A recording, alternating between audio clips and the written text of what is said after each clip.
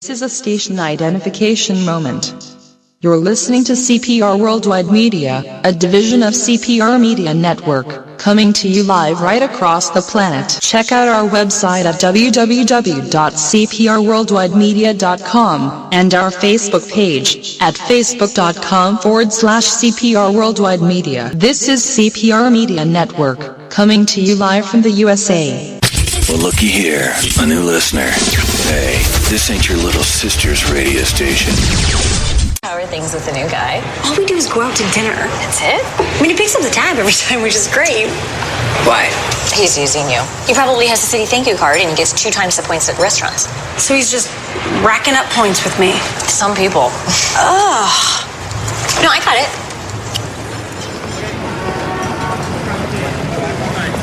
The City Thank You Preferred Card. Now earn 2 times the points on dining out and entertainment with no annual fee. To apply, go to city.com/thankyoucards.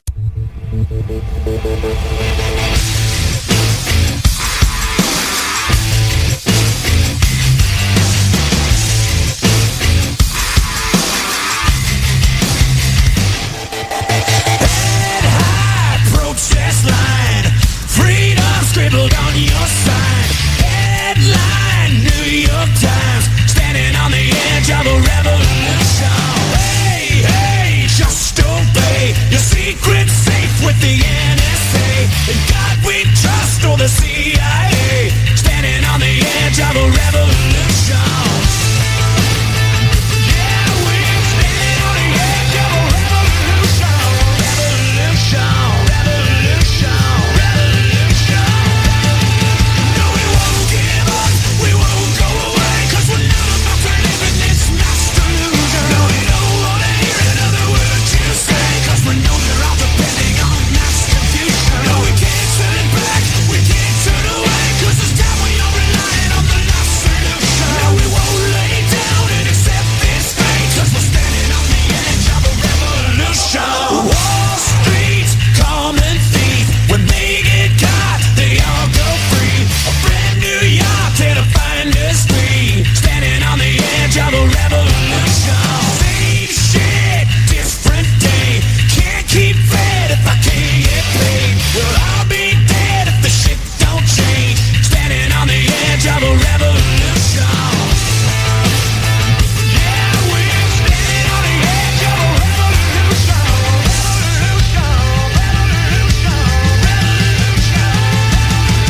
No, we won't give up, we won't go away, 'cause we're not about to live in this mass delusion. No, we don't wanna hear another word you say, 'cause we know they're all depending on mass confusion. No, we can't turn back, we can't turn away, 'cause this time we are relying on the last solution. No, we won't lay down and accept this fate, 'cause we're standing on the edge of a revolution.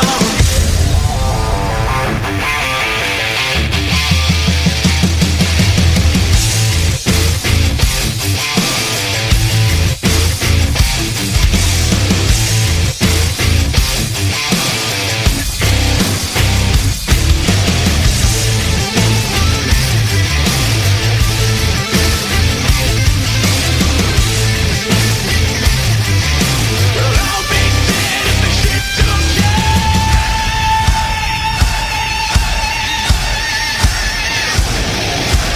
What do we want?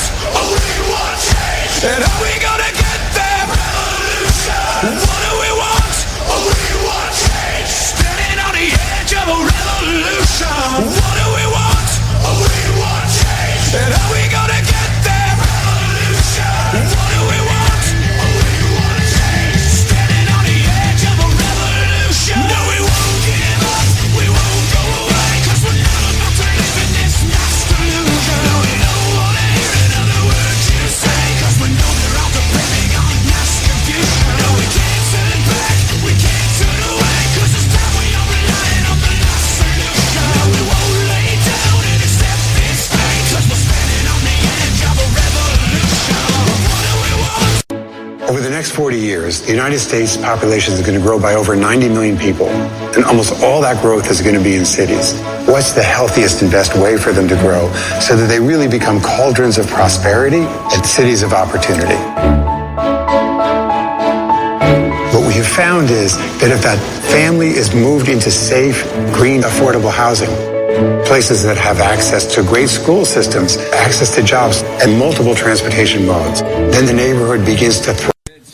But what they don't know is that I'm using my city thank you card at the coffee shop, so I get 2 times the points.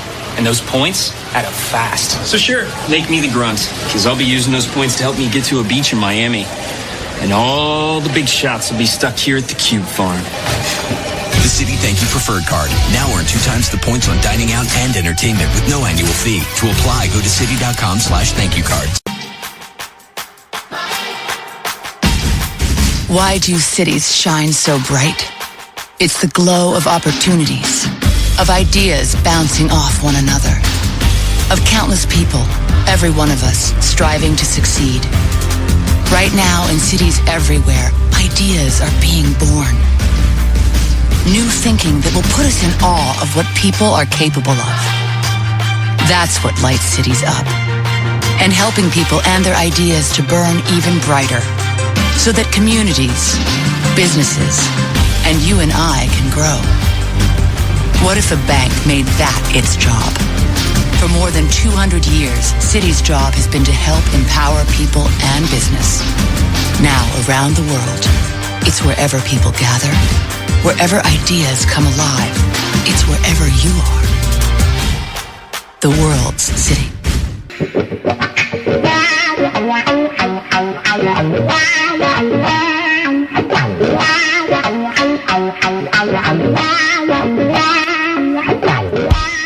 We are living in times where there is an assault on sanity.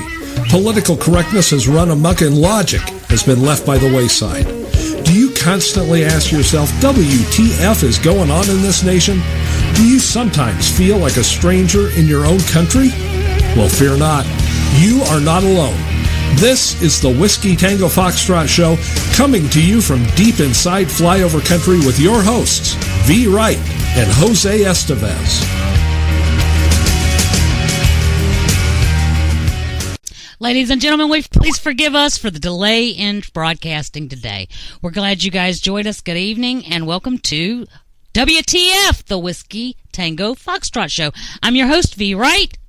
And I am Jose Estevez, your undocumented Mexican-American co-host, living the dream, and looking forward to casting at least 2 votes in the upcoming midterms. And like my partner V said, this is the Whiskey Tango Foxtrot Show.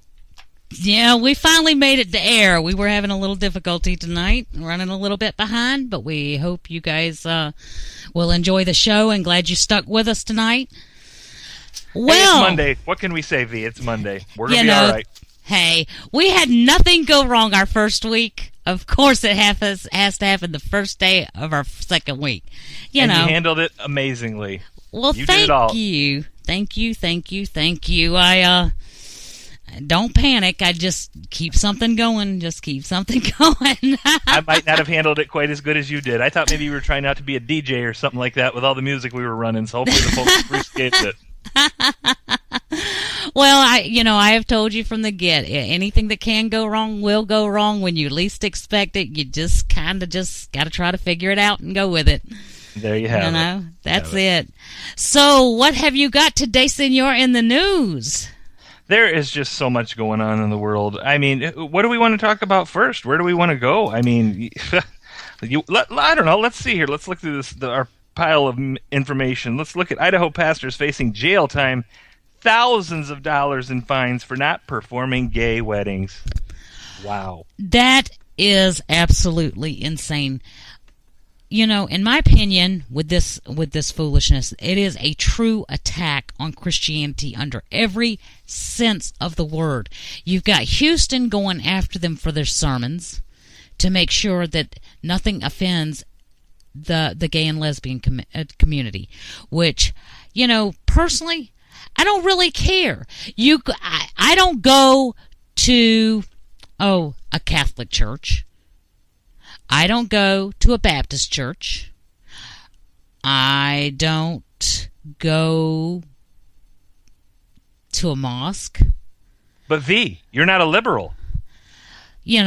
Well, that's true. That's true. I go to a church that is very well conditioned around my belief system. And that's what they teach. Right. And if you don't want to go to a church, you don't have to go. I don't know. I'm from the South. There's one on every corner. And well, where I live as well, there's many towns that have churches on virtually every corner. It doesn't make any sense. They're a very vocal minority. I have to give them credit for that, because the LGBTQ, I believe I've got that right, gay mafia seems to be about, I always see 1.7. I don't know why we can't just round it up to 2. Let's say 2% of the population. A whopping 2% of the population. Yet I'll tell you what, they are a vocal minority. They just don't want to. They don't want to live and let live. Everybody's got to cow to them. Everybody's got to give them special treatment, preferential treatment, and then they wonder why people have an issue with them. It's like, just do your thing, and everybody will leave you alone. I mean, I think the majority of people that I know, whether they agree with the gay lifestyle, biblically or for any other reason, just do your thing and leave us alone. Keep us out of your bedrooms. The gay parades and stuff, where they're always flaunting it in your face and making a big deal out of it. Of course, like true liberal fashion, the whole victimization. I'm a victim.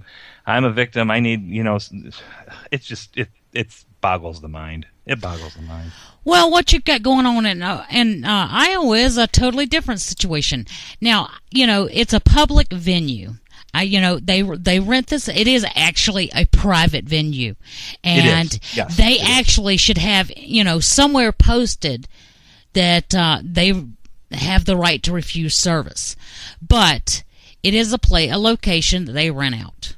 Okay, I have no problem with somebody saying, if you're renting this location out to other people, you have to rent it out to me. And being gay, I don't care. That's fair enough. But going to them and saying, rather than bring in someone who agrees or condones my lifestyle, I am going to legally force you to perform my ceremony for me, knowing that you are going to gag all the way through it because it is against everything that you stand for. What is so difficult about going and finding someone who to perform your ceremony without impeding someone else's religious beliefs?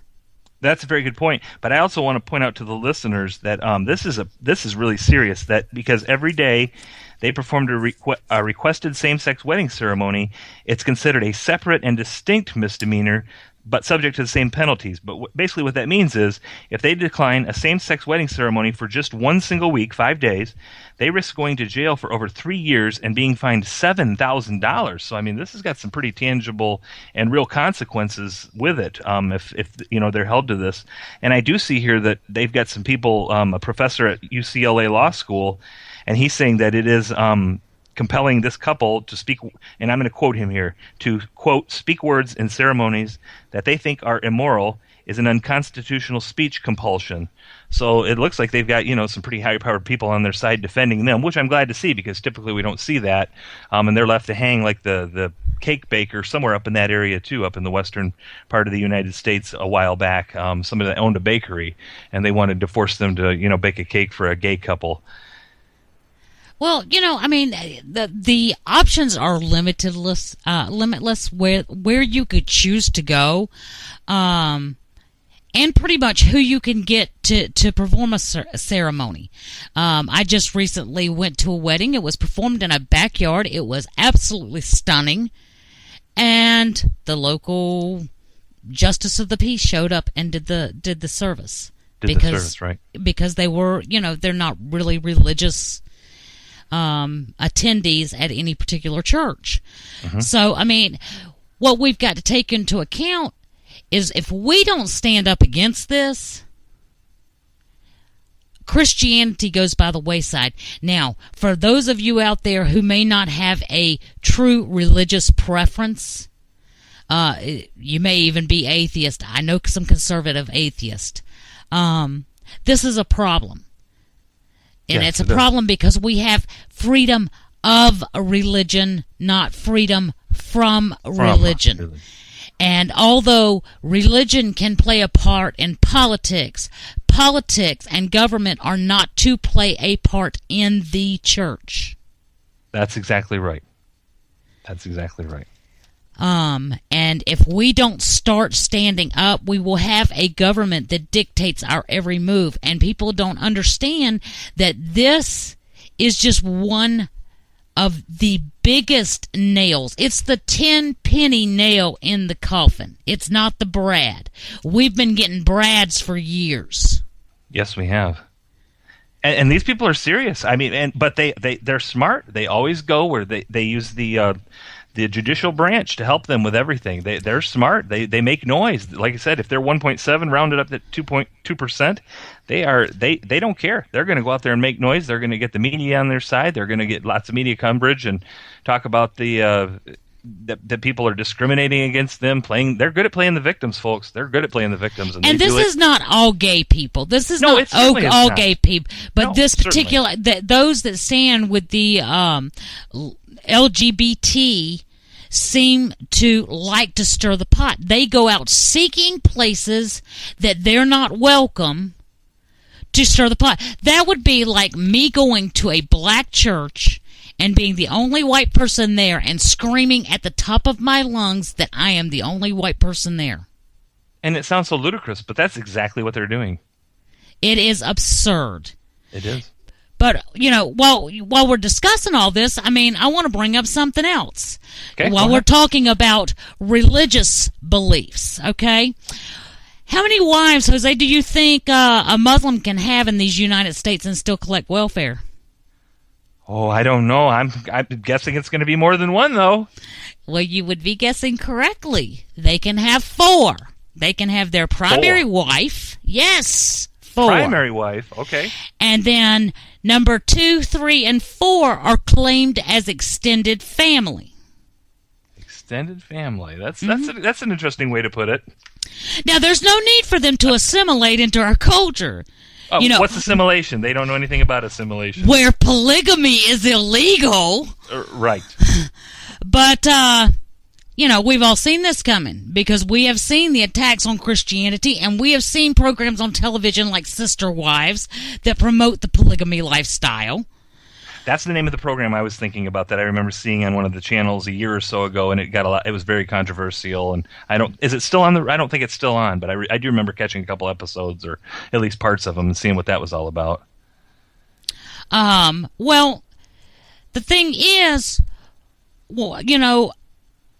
you've got these shows like this, and we've got laws in this country that say that polygamy is illegal. That's true. Yet, they're going to sit here and scream at the folks in Iowa. They're going to sit here and scream at the Christian church down in Houston. But they ain't saying a doggone thing to the federal government about acknowledging multiple illegal wives in this country. And that's a very good point. And why is that? Why is that? Let us guess, because nobody wants to lose their head. Yeah, exactly. Nobody wants to lose their head, and that's the way they play. I mean, they're shrewd. They're smart.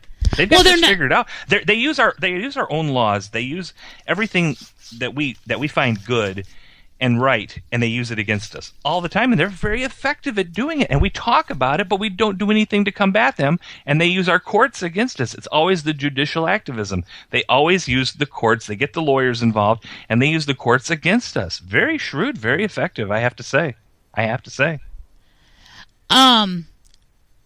It is absolutely unbelievable.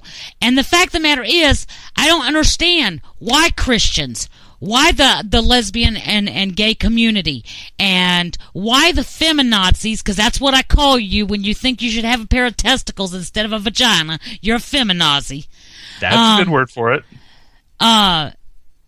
Why are you not up in arms over the Muslims? Why are you sitting silent over the Muslims while they implement Sharia law in cities all over this country? We all go to Dearbornistan, Michigan, and we think that is the epicenter. It is not. New York City, New Jersey, Dallas, Texas. There's a lot of them in Tennessee as well. I hear about all the mosques in Tennessee and all the inroads they're making with Sharia law in Tennessee. It's all over the place. It's not simply in one locale. Sure, we make fun of Dearbornistan, but like you said, they're everywhere. It is everywhere. Small towns, big towns, they don't discriminate. They go in everywhere. Orlando, Florida, their big mosque down there, they just got an expansion plan. It is going to be absolutely massive. And for you guys that live like out in the middle of nowhere and have never seen a mosque before, trust me, you can't miss them. When you start approaching them, you can see the little gold domes from miles away. Yes, and they're usually surrounded by fences. Though I saw one in Chicago not too long ago. You can tell what they are. They do not try to hide it or camouflage it or make it fit into the neighborhood that it's in. No, they most definitely do it with the intent of making it very clearly defined what location it is. And I would not mind that if we weren't talking about people that did not want to come here and assimilate. Right. They don't want to come here to assimilate. They have no desire. I am so sick and tired of people telling me, oh, well, you know, that nice guy that runs the convenience store down the street from me, he's just always so nice to me. And, hey, I've just known him forever. And I've seen his wife and children and his kids go to school with mine. And save it, Granny. Because I'm not buying it. Because I've read the book. I've read the book. I know what it says. And if you flat out ask them what it says, they will tell you. They will try to explain it away, but they will tell you. And that book, that Quran, clearly says that if you believe in it at all, you believe in all of it. And you're bound by it. So, you know, the nice convenience store guy down the street, I've known him for 15 years. He's just so nice with his family. Yeah, well, he will slit your throat if he gets the numbers up. Well, but then a lot of times I wonder if people even know that guy probably might not even be a Muslim. He might be an Indian or a Sikh, or I think it's pronounced Sikh, S-I-K-H. It might not even be Muslim, but people kind of tend to lump them all together, but they're very, very, very different. They might not even know exactly what he is or not. They might just assume that it's just a Muslim because of, some form of headwear that they're wearing or something like that. But it could be something else totally different and not even Muslim to begin with. And you can inquire. They're very honest about that. They'll tell you where they're from. Right. And they have no problem telling you whether or not they're Muslim. Or they'll tell you that they're a Yazidi or a Kurd or a Sikh. And there's so many different, right. And the other thing is, Islam, when it comes down to it, and we've said it before, and we're going to be saying it plenty more in the future, it's all about submission. It's not a tolerant religion like Christianity and different religions like that, where they just want you to join in. You don't have to swear an eternal allegiance to it. It's more of a compassionate type. It's a love type of thing, a compassion type of thing. Islam, folks, is nothing like that at all. And we have a caller. Let's do it. Hi, caller. What's your name and what state do you hail from? This is Juan Paco Enrique Gomez, calling from Central New York. Oh, hello, senor. Hi. Hola, senor. Hola. Listen, there's nothing wrong with Muslims that a pork butt animal couldn't cure. Getting right to the heart of the matter there, so to speak. So here's what we need. We need a Whiskey Tango Foxtrot fundraiser. A Whiskey Tango Foxtrot fundraiser. Okay, and exactly how would this roll? Well, it'll be a race to the cure. A race to the cure. Not a race for the cure, a race to the cure. Okay, a race to the cure. Because we're going to have a whole hog barbecue. A whole hog? Now, how many people, wait a minute, how many people are we going to have? How many hogs do we need? Well, we're going to have as many hogs as we need. Okay, well, so let's get as many people as we can. Okay. We're going to have a 100-foot race with alternate shots of beer and tequila, and we're going to be racing to the cure. So we're going to race toward the barbecue pit, and then we're going to have a good old time. Well, I heard that there was going to be a mesquite shoot somewhere in there. That's the entertainment in the afternoon. Oh, we are going to have a moose skeet shoot, but you have to wear mom jeans and you have to use a side vented shotgun. Oh, you have to look like the president did. Yes, exactly. with his cute little mom jeans. Maybe you should wear a helmet too, just to make sure you're safe, totally safe. Oh, good. Not a bad idea. Oh, good gracious. On a serious note, though, people are missing the fact that there is an enormous opportunity here to save our constitutional republic. Hispanics and blacks are overwhelmingly conservative socially. Overwhelmingly. Blacks I agree with that. Republicans. Blacks were traditionally Republicans until the 1960s. Agreed. They've seen what the liberal policies have done to their city. The people in Detroit know what 40 years of Democrat mayors have done to Detroit. The people in Houston are seeing what representatives like Sheila Jackass Lee and the mayors that they've had down there are doing to the city of Houston. People are waking up. Everybody's talking about, 34 million refugee documents Obama has ordered. That's 10% of the existing country. He's talking about adding an additional 10% to our nation. That will forever turn this country blue if they're allowed to vote Democrat generation after generation after generation. What people need to wake up to is the fact that the KKK was founded by Democrats. Democrats opposed all the Civil Rights Acts, the Voting Rights Act. Johnson said when he signed the Voting Rights Act, I'll have those niggers voting Democrat for 200 years. He was dead set against it as a senator, did everything he could as a president to oppose it, but when the Republicans got it through, that was his attitude. Black people need to know the language he used and the sentiment he had when he signed that act into law. There's a phenomenal opportunity for us here to effect generational change by reaching out to these socially conservative minorities and preaching the opportunity gospel of the conservative movement. I'm not even going to say Republicans because the Republicans disgusted me so much I left the party in 2 years ago. Well, hold your nose and pull the lever. No better than the Democrats right now. I agree, but hold your nose and pull the lever. Well, I was going to say, but with the sole exception that this election, there's no voting for third-party candidates. I am a registered conservative, and I am voting straight Republican all the way down to dog catcher. Amen. That is the only way we're going to get these bastards out of there. That's right. And Caller, we're going to ask you to.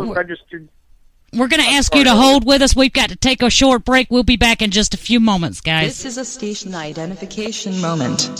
You're listening to CPR Worldwide Media, a division of CPR Media Network, coming to you live right across the planet. Check out our website at www.cprworldwidemedia.com and our Facebook page at facebook.com/CPR Worldwide Media. This is CPR Media Network, coming to you live from the USA. Well, looky here, a new listener. Hey, this ain't your little sister's radio station.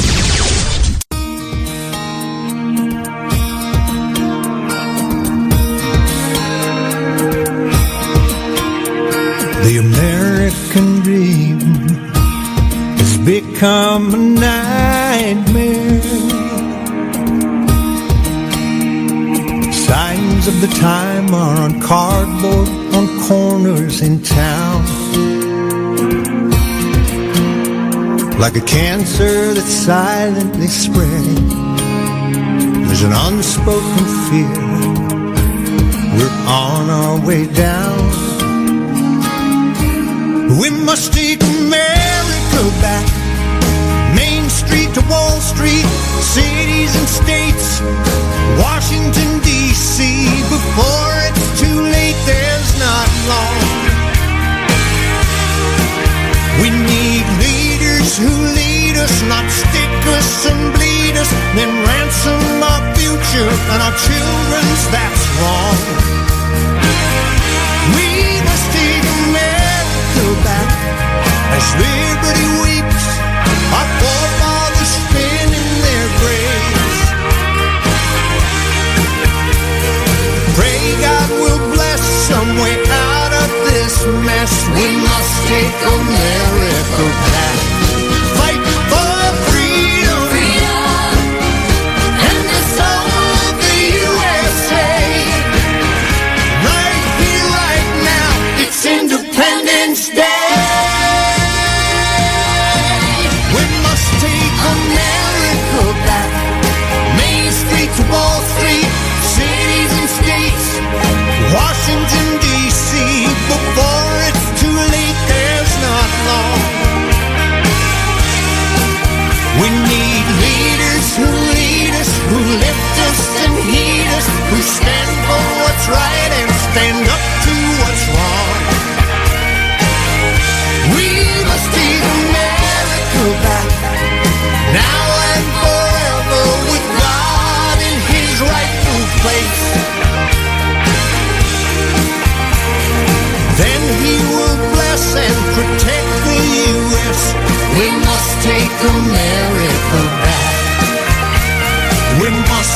the Mary Coupe.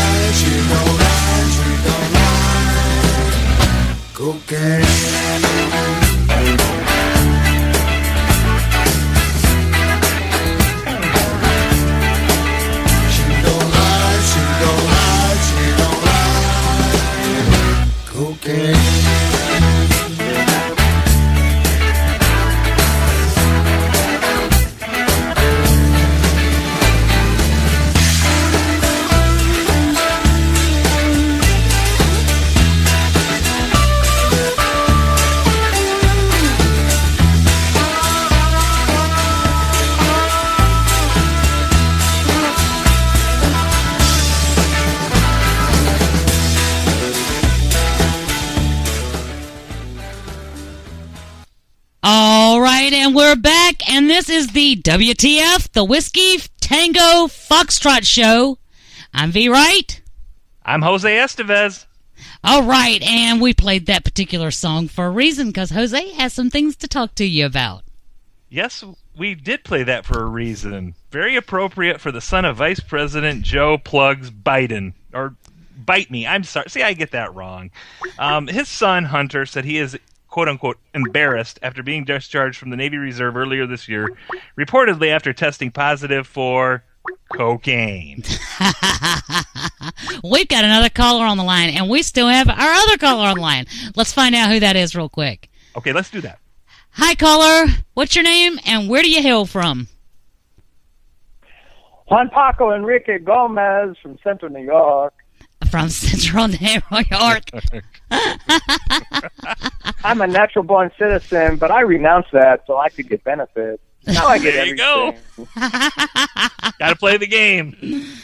You know, might as well join the Muslim bandwagons, all I can say. Good gracious alive. So very quickly, we were saying we can affect generational change here. if we reach out into the black and Hispanic community that are socially conservative, they're not for homosexual marriage, they're not for all the things that the liberals stand for. Got to somehow break the linkage between them and the Democrat Party, because in poll after poll after poll, they don't support abortion, they don't support homosexual marriage, they don't support all of the things that the Democrats offer. Their votes are being bought. Teddy Kennedy's strategy from 1966 on was open the border and make everything be bilingual in the country. Okay, all the federal documents, etc. He wants them keeping Spanish, illiterate in English, poor, and voting Democrat. And the strategy has worked for 40 years now, and it's time to effect generational change and take our country back. Well, I think the black community at large, for the most part, is starting to realize you have an awakening in the black community that is saying, you know, we've been being promised these same things for 40 years now, and as this occurs, we have more children without fathers, we have less education, we have less a higher degree of those on welfare. I mean, let's take into consideration that when all this started, less than 14%, I mean, less than, 6% of the black community or the community at large, nation at large, required assistance of any kind, and within 20 years it grew to 14%. Exactly. And that wasn't the economy. That was not the economy.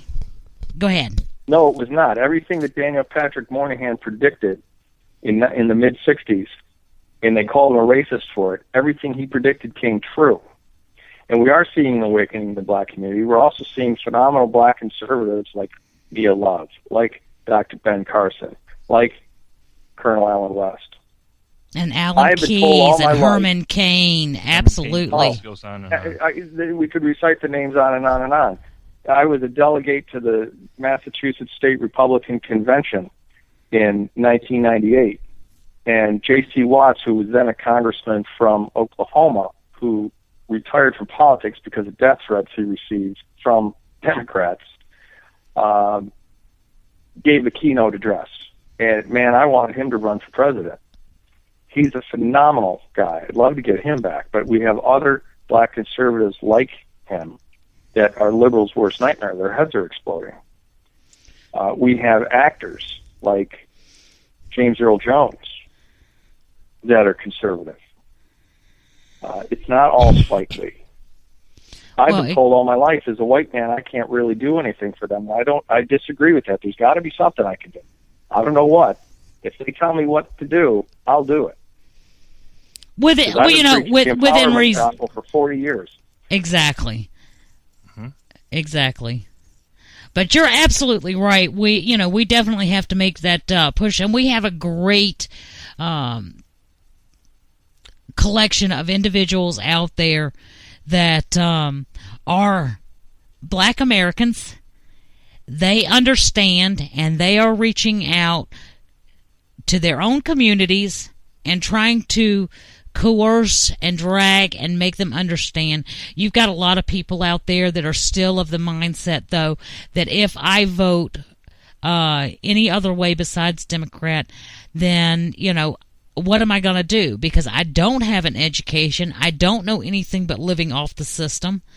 I don't have the confidence or the ability or the know-how to go out there and try to make this change in my life at this point with X number of children. And the list goes on for reasons. And so you have people that are going to resist it for that very reason alone. Absolutely, and there's also inertia. It's easier to do nothing or keep doing the same thing than to affect change. What we are going to need is to take back America the way the progressives took over Colorado. Okay, you had 4 millionaires and billionaires. In the course of 10 years, they turned Colorado from a red state to a blue state. They got the governor's office, they got both houses in the state legislature, and they got both state senators. Right. Okay. Everybody talks about the Koch brothers. The Koch brothers give a pittance compared to the Bill Gates and the Steve Ballmers and these guys in Bloomberg's Colorado. and absolutely Exactly. Right. You know, so we need to really do a better job of organizing, and we've got to organize the cities. That's where the demographics are. So we've got these burnout cores of cities that are absolutely failing across the country. That's a target-rich environment. It is a target-rich environment. However, the problem that you have is when you have somebody that continues to do the same thing over and over again, expecting a different response, and all the while everything around you is decaying. And a prime example of that is Detroit. Exactly. I mean, you know, this is what 40 or 50 years of Democrat control created. And yet they try to pass the buck on, oh, well, it was the governor, it's the feds, it's, you know, this, that, and the other.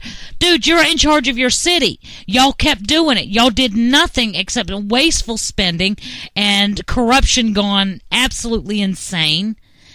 And you did this to your people. And they're still not holding them responsible. That's where the educational component comes in. It's time for some black leaders to stand up and call out Al Sharpton and Jesse Jackson for what they are. They're race hustlers. Well, calling Al Sharpton a reverend is like calling Jeffrey Dahmer a chef. Well, and you've got black leaders that are doing that, but what's the first thing that comes out of it? Oh, you're an Uncle Tom. Uncle Tom. But and I'll tell you what, the liberals will attack them with a vengeance. Look what they did to Herman Cain, and I mean, they will attack with a vengeance if they think they're trying to get out of line and they're on the conservative side or the Republican side. I mean, it's shocking how bad they'll go after them and the amount of attacks that they'll have to endure, and then they go away. I mean, they succeed. Well, you're exactly right. So what we need to do is change our tactic. We need to keep doing the same thing but not go away. We need to use cultural jujitsu on them.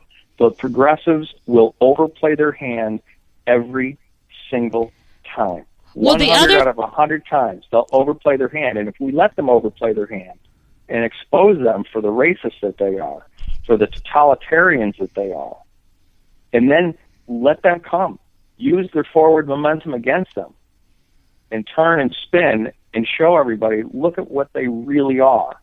That's the only way. That education component is the only way that anything has a chance of succeeding. But there's another prong to this that we must address. Okay? I am absolutely disgusted and sick and tired of seeing these racist comments on Facebook and elsewhere. Race has absolutely nothing to do with it. I do not hate Barack Obama because he's half black. I hate him because he's a communist Muslim who's stealing our country out from underneath us. Amen. I couldn't care less what race he is. I don't care that he's homosexual. I care that he lied about it, is lying about it. Well, I care that he's Muslim. That doesn't bother me. I care that he's Muslim. But because here's why. It's not a religion. It's a totalitarian political philosophy disguised as a religion to gain quote-unquote tolerance. Oh, I agree with that. Not a religion. I agree with that. But being anti-Muslim, it has absolutely no racial component. Any of the three of us could be Muslim. John Brennan, who's Irish, is director of the CIA, is a Muslim. Okay? Being anti-Muslim, has, Ben Affleck aside, boy wonder that he is, there's absolutely no racial component to being anti-Islam, because if you look at somebody from Syria, you don't know if they're a Christian, you don't know if they're an Arab Muslim, you don't know if they're a Jew. That's a good point. You're absolutely correct. You're absolutely correct. At the end of the day, what we really have to do is get everybody out to the polls, make some changes, and we've got to make these changes on a daily basis. We cannot just make them when it's election time. One of the things that we do as conservatives is we rally up at election time, but we kind of fall off the charts at the rest of the time. And in the meantime, progressives are out there doing their due diligence to change society, change the norms, to change the behavior at large and the acceptance at large, and we're not out there resisting it on a daily basis, and we really have to do that. But what first we've got to do is get our butts in gear and make sure 2 weeks from tomorrow we're at the voting booths. I mean, there is no ands, ifs, or buts about that. It's imperative. That's job one, and retail politics works. We got to get people with private cars offering to take people out to the polls. If you have a vehicle and you can take off on November 4th, organize and offer to give people rides to the polls. We've got to get the vote out. Well, we agree with you. We need you. a much better ground game, and in November 5th, we should be working harder than we did on November 4th. Because you're absolutely correct. We need to build the database. We need to build the social media base. Red Nation Rising is just trying to do that. Look at hashtag Red Nation Rising. I agree with that. Well, caller, we appreciate you calling in. Yes, we do. You have Thank you, darling. Great night. Keep fighting the good fight. All right, call us again. And Jose, I'm sorry, somehow or another we got sidetracked. You were telling us about Joe Biden's son. Joe Biden's son, Hunter, another gleaming example of greatness in that family for all to see. Well, at least he won't lose his Connecticut law license over testing positive and being unceremoniously drummed out of the U.S. Navy for use of cocaine. Where do you begin with this family? Where do you begin? He had to have 2 waivers to be allowed to get into the Navy Reserves in the first place. One because he was in his 40s, and the second one because of an earlier arrest on drug charges when he was younger. So he gets in. He wasn't in there very long. He's out. So we had to do that song and dedicate that to him. I think his dad was so mad he might have done a warning shotgun shot through the door. Isn't that what he said to do if you got somebody trying to attack you? Go out on the porch and fire your shotgun. That's right. Fire your shotgun in the air. And if you're getting raped, just pee yourself. Oh, that's what their great advice for women was. Rather than pull out a 45 and make the attacker pee themselves. Yeah. There you go. You will be physically unappealing if you just pee yourself. Yeah, I will say I think there's one quote in this article that Joe actually said about his family when his son did join, and I'm going to quote here. It's a very short one. "We have a lot of bad judgment in my family." End quote. That's about the truest thing he's probably ever said. Oh, yeah, no kidding. I mean, these people never cease to amaze me, but they still can't hold a candle to the Kennedys, okay?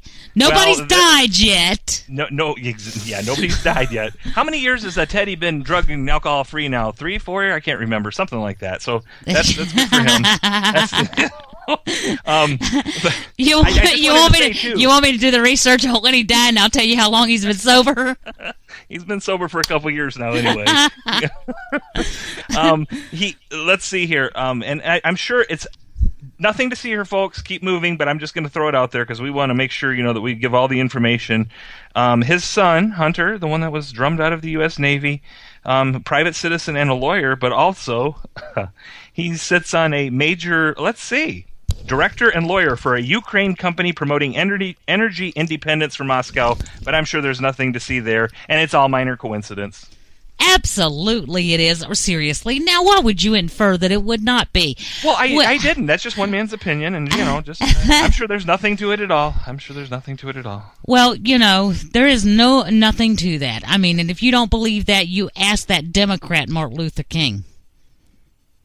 Democrat? Wait a minute. Did I hear you right? Democrat Martin Luther King? Well, it's about the same kind of lie, isn't it? It certainly is. Maybe we should ask is Evita? What's the young lady? Alvita. His niece. Amazing woman. Love hearing her talk. She really has it together. Love hearing her talk.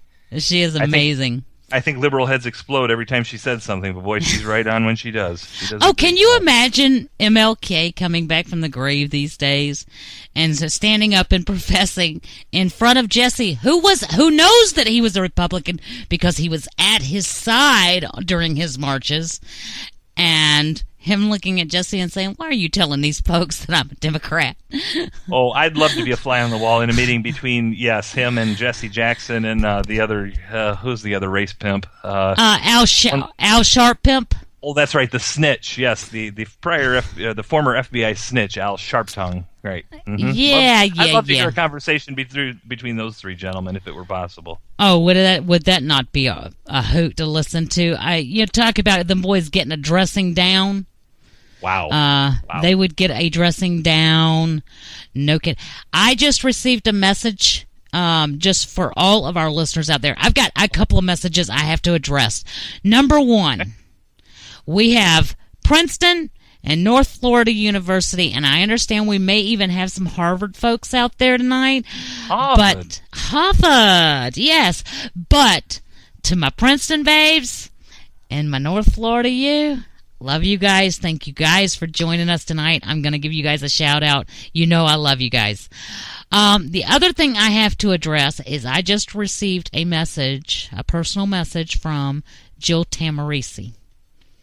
And for you guys that don't know who Jill Tamarisi is, she is the mother of Sergeant Andrew Tamarisi, who remains held in a Mexican prison while we get Bergdahl free. You know, Bergdahl goes back to work. Bergdahl goes back to work. Andrew sits. And they will not release anything on Bergdahl until after the election, so you know it's going to be very, very interesting and probably not very flattering. We refer to him here as the American Taliban, because who else can spend 5 years in enemy-held hands and still emerge with his head attached to his shoulders? I am going to put out a special request because Jill has asked me to, and I have told her that I would be available to whatever she needed. If everyone out there can please go to www.andrewfreedomfund.com. andrewfreedomfund.com. That's ANDREWFREEDOMFUND.com. She has asked that you consider sharing it with your friends and Facebook contacts, as well as checking to see if your elected Congress member has signed on to H.R. 620, authored by Representative Ted Poe of Texas.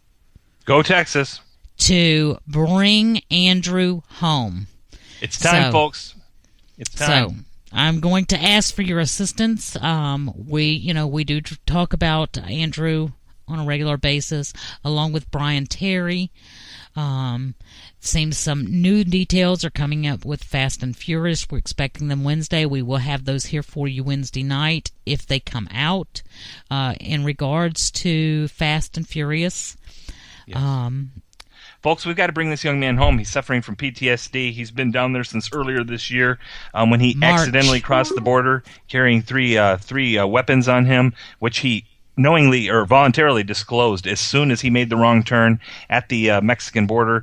And he's been sitting down there ever since. I don't know what you think about it, but I'm sure Mexican prison is probably the last place on earth I'd rather be at this point, or quite frankly, anywhere in Mexico, the entire country of Mexico, because of the stuff they're pulling here and how they're using him. He needs to come home. It's time. This has been played out enough. Anybody else, if he was Muslim, he would have been home within 24 hours, but there he sits. He needs to come home. He needs treatment for that PTSD. Served in Iraq with distinguished service. 2 tours. We need to get this young man home. Do what you can to help us out. Send his mom some assistance, however you may be able to do. If nothing else, just a hearty. We're here for you, praying for you, praying for your son. Let's get this done. This is just ridiculous. It is time for him to come home. He has been beaten. He has been mistreated. He made an attempt to escape. He was moved to a more secure prison location where he has been severely mistreated, suffering from PTSD. He is not getting any medication while he is there. It's time for him to come home. He's been there since March. He should have been home 3 days later. He is not. Let's make it happen, folks. If y'all help the Tamarisis out. Guys, we've got to take a break. We'll be back in a moment. This is a station identification moment. You're listening to CPR Worldwide Media, a division of CPR Media Network, coming to you live right across the planet. Check out our website at www.cprworldwidemedia.com and our Facebook page at facebook.com/CPR Worldwide Media. This is CPR Media Network, coming to you live from the USA. Well, looky here, a new listener. Hey, this ain't your little sister's radio station. How are things with the new guy? All we do is go out to dinner. That's it? I mean, he picks up the tab every time, which is great. Why? He's using you. He probably has a city thank you card and he gets 2 times the points at restaurants. So he's just racking up points with me. Some people. Ugh. No, I got it.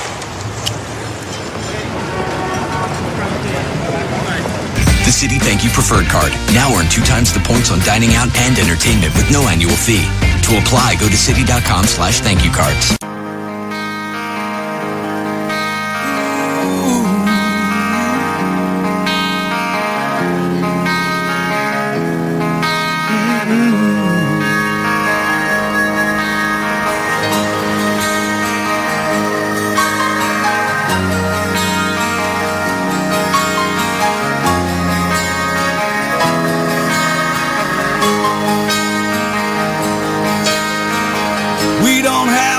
Plastic LA friends, ain't on the edge of no popular trend. Ain't never seen the inside of that magazine GQ.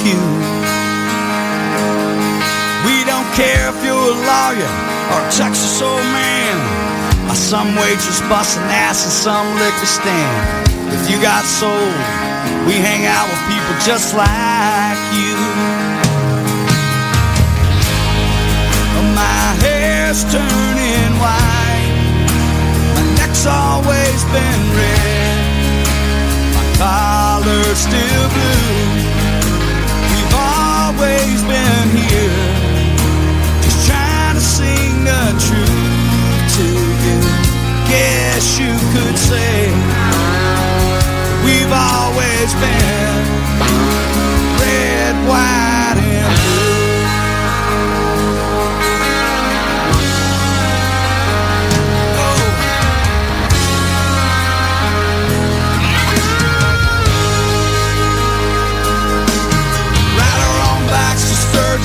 Pay our own dues, smoking Campbell's and drinking domestic brews. If you want to know where I've been, just look at my hand. Yeah, I've driven by the White House and spent some time in jail. Mama cried, but she still wouldn't pay my bill. I ain't been no angel, but even God, he understands. Yeah. Oh, my hair's turning white, my neck's always been red, my collar's still blue. We've always been here, just trying to sing the truth to you. Guess you could say we've always been red, white, and blue. Yeah, that's right.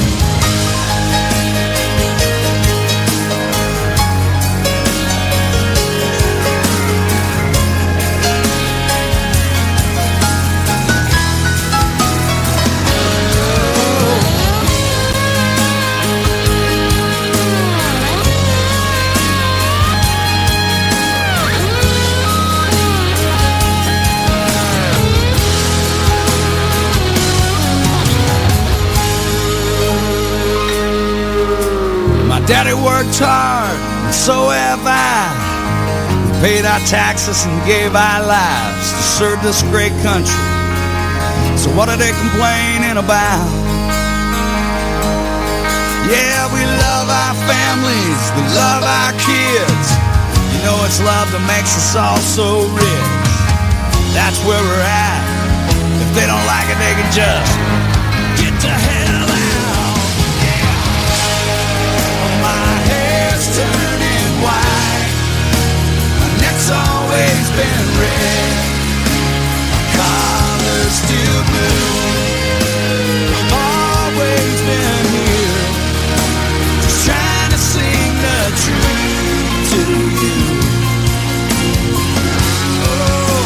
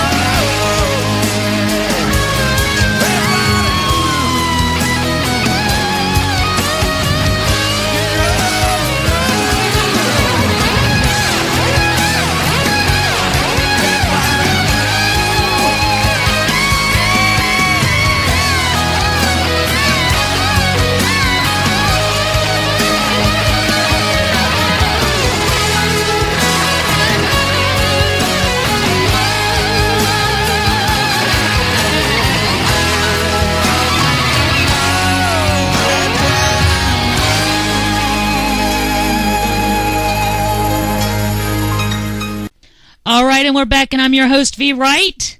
And I'm Jose Estevez. All right, we hope you're enjoying the show tonight. We've had a couple of glitches. Things just haven't flown tonight like they usually do, but that's okay. We'll get it back. It was a rough weekend. Yeah, I had too many margaritas. Whatever. There you go. Hey, folks, don't forget to call in, join us. Questions, comments, your own WTF moment, anything you want. We're here. We'd love to hear from you. Our number is 313-462-0068. Once again, 313-462-0068. We won't bite. Call in. Let us know what's on your mind. And if you have attempted to call before and for some reason was unable to get through, please call us back. We'd love to hear from you. Yes, we would. Guess what, Jose? What?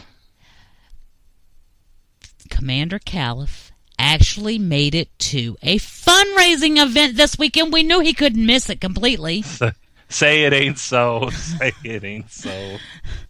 That's all the man knows how to do, I swear. No, wait a minute. He went golfing this weekend, too. Well, okay, those two things, golfing and fundraising, wow. That's what a resume that is, folks. What a resume. Well, he was able to make it to the governor candidate, Lieutenant Governor Anthony Brown's event in Maryland. Oh, I think I heard something about that. Yes, I think he had a really good time. He got up there and began speaking, and everybody started filing out the door. Now, wait a minute, V. I've got to take offense with what you said. Speaking, I don't think he speaks. Have you ever watched him? He reads. He reads from a teleprompter very well. But whenever he's off track and he's actually speaking, it's stuttering and miserable. Oh boy, it's horrible when he tries to say anything that hasn't been either pre-programmed into his mind or pre-programmed into the teleprompter. It's quite obvious. So you know what? Maybe I need that. Teleprompter is what you mean? Well, I'm not so certain of that. I would like to say that's the case, but I am not certain of it. But now that we're speaking about teleprompters, any opportunity for you to get one to my house and program it for me? You don't need it. See, you have that ability to just extempore. I can't even say the word, folks. Extemporaneously, give thoughts out and try to make it sound somewhat logical and reasonable that the normal person can understand. He does not have that ability. He just does not. Well, I'll tell you what ability he did have. He had the ability to attempt to sell hope. Oh, is he still working on Hope and Change? He is still attempting to sell his hope vision. That's all he has.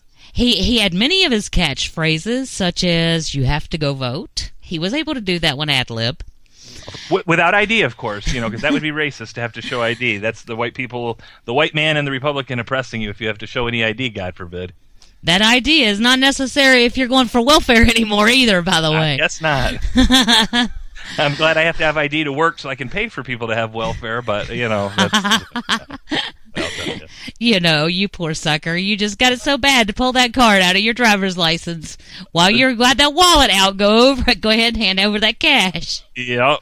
Oh, boy. I'll tell you. I guess maybe that's racist, and I should say somebody's trying to suppress me or something like that. I wonder how that would work. Well, he was touting the success of Obamacare. What success?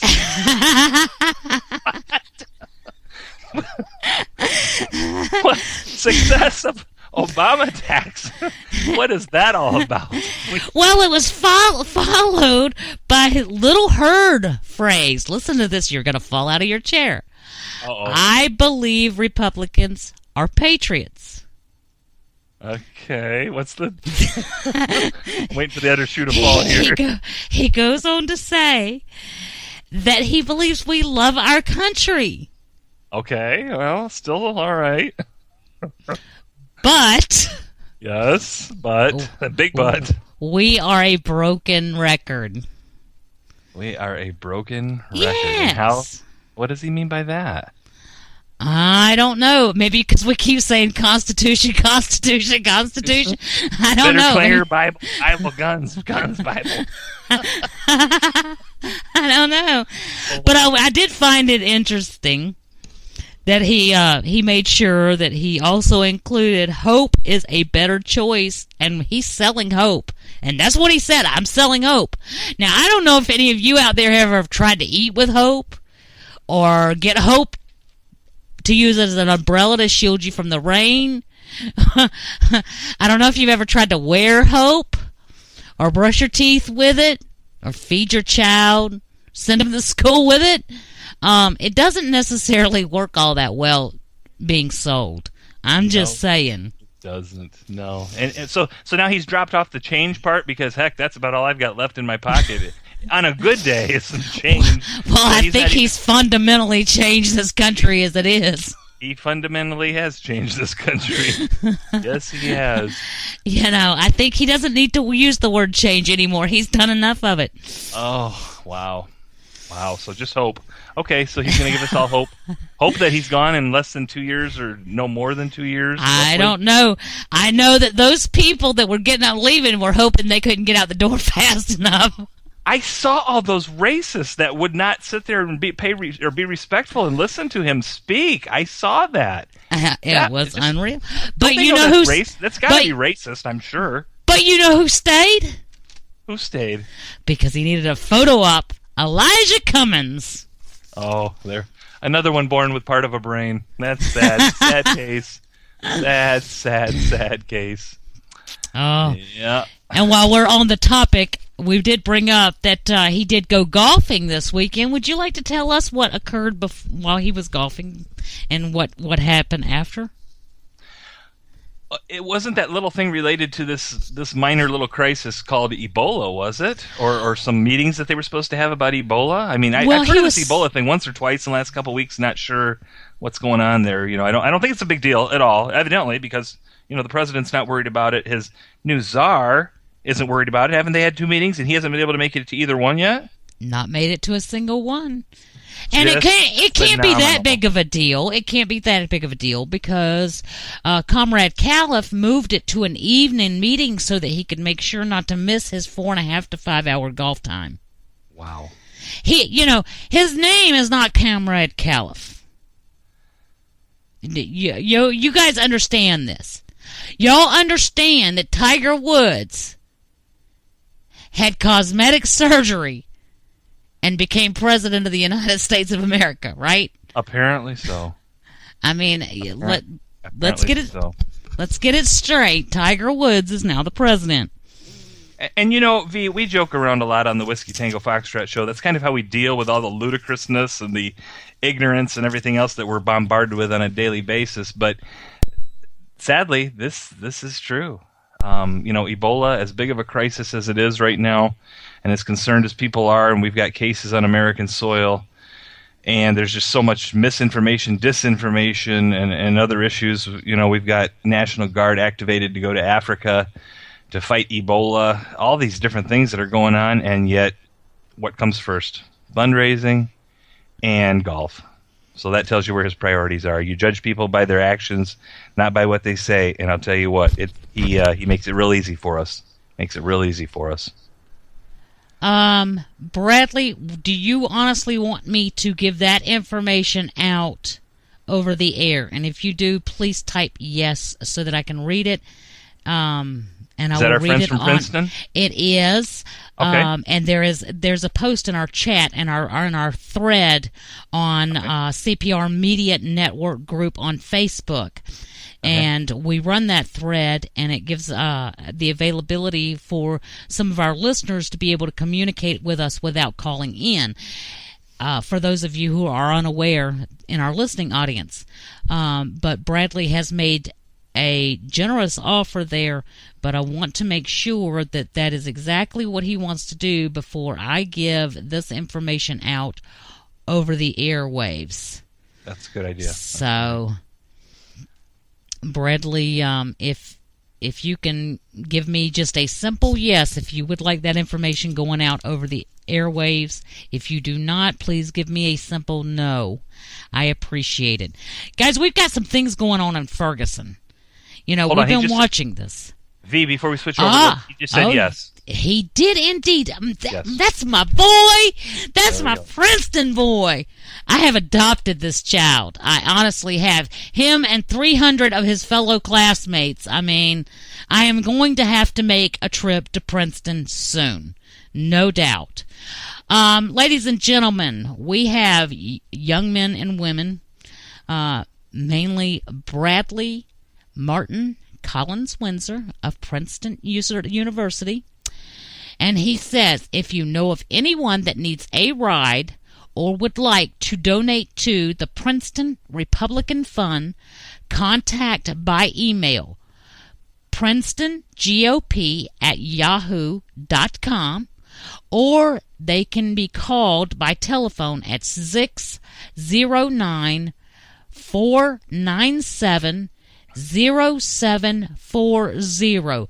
Again, guys, that is Princeton GOP, and they will be glad to assist you in getting a ride to the polls 2 weeks from tomorrow to vote. And this is for people in the Princeton, New Jersey area. Again, you can email them at princetongop@yahoo.com, or you can call at 609-497-0740. And those young men and women out there who are getting their education and already grasping what it is to be fine patriots, responsible adults, I have nothing but a bright outlook for their futures, are willing to donate their time and effort to help get you to the polls. So if you're in the Princeton, New Jersey area, by all means contact them. If any of my other colleges are out there and they are offering the same thing, please let us know, and we will get that information out to as many listeners as we possibly can, in addition to posting it to our pages. So Yes, thank you, Bradley. Yes, thank you, Princeton. Appreciate that. What's been going on in Ferguson? Yeah, let's talk about Ferguson. I'm seeing news all the time, and nothing mainstream. But there is news constantly coming out of that little area of the country over there by St. Louis. And boy, I'll tell you what, they're not stopping. They've got them cranked up, and they aim to use them for their nefarious purposes. And yeah, so go ahead, V. Tell us what you've been seeing.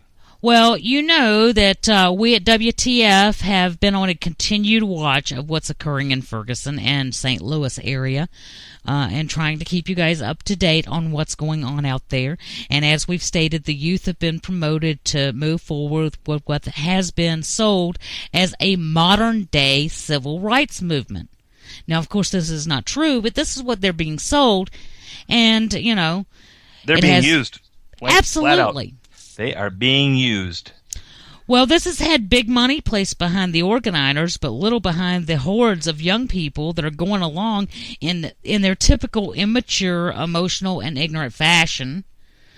So over the weekend, SLU required protesters to vacate the campus, which created conflict. Protesters harassed and created chaos at local Walmart stores, to the point that the local Walmart stores in the area surrounding St. Louis have removed all weapons and ammunitions from their store. I saw that. Yes, I saw that news article. Good for Walmart. That's just smart. They have making a smart business decision. Exactly. They've continued to create manufactured scenarios that have left law enforcement thinned and requesting assistance from outside forces, including the National Guard.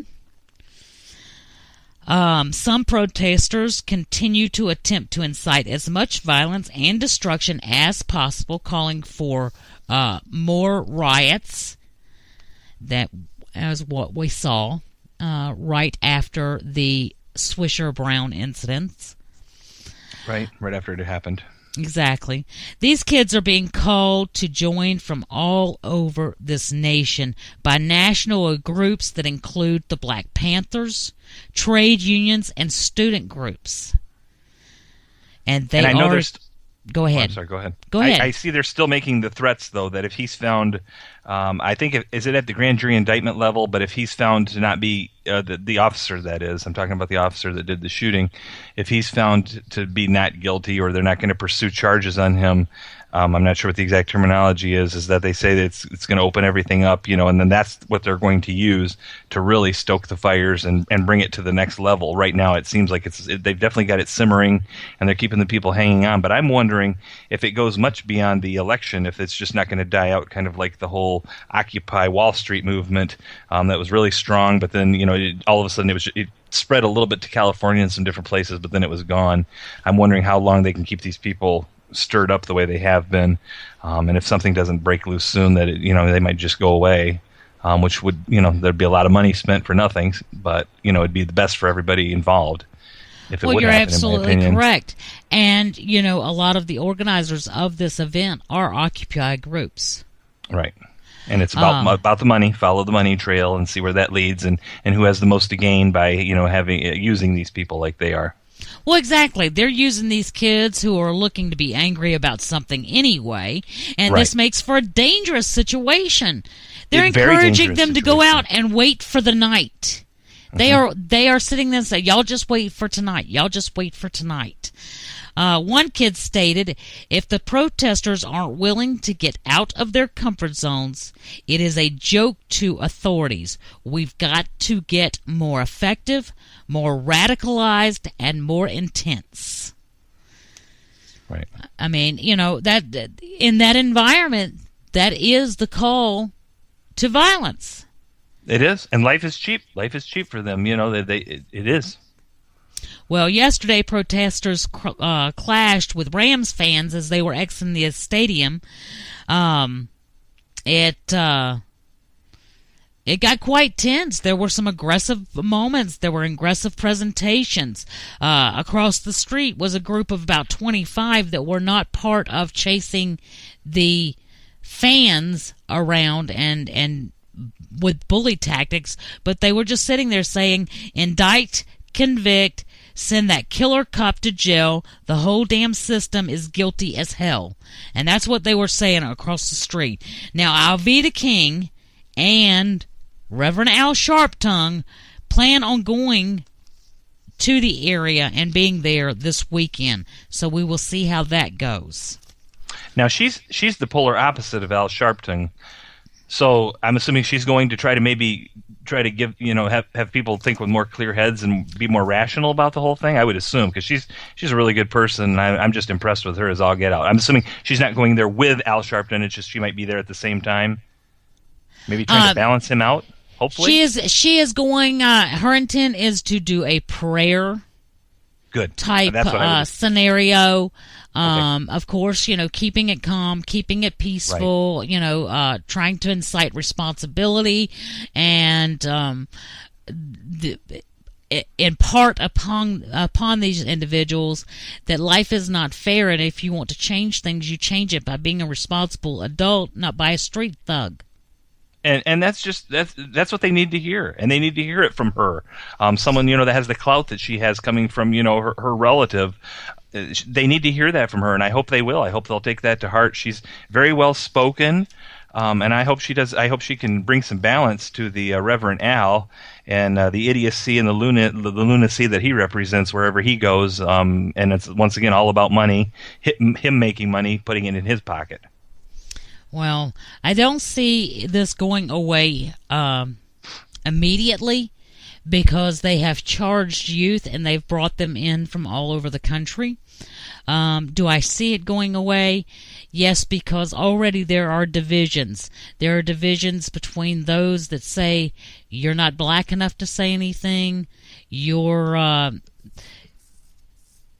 not known what it is to have lived in poverty.